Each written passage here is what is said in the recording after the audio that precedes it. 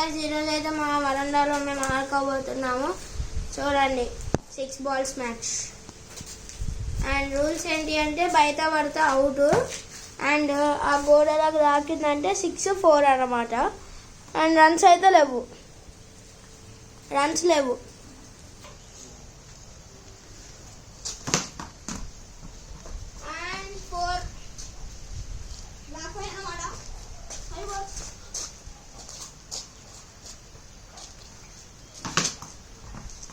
మళ్ళీ 4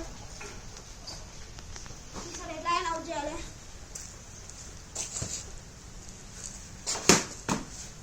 మళ్ళీ 4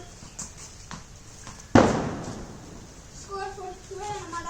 నాటు 3 సారీ 16 స్కోర్ నాటు.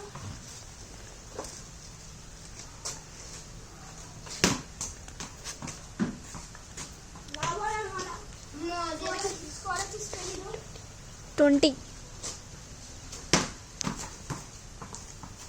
26 అన్నమాట స్కోర్ ఇది. So guys please go.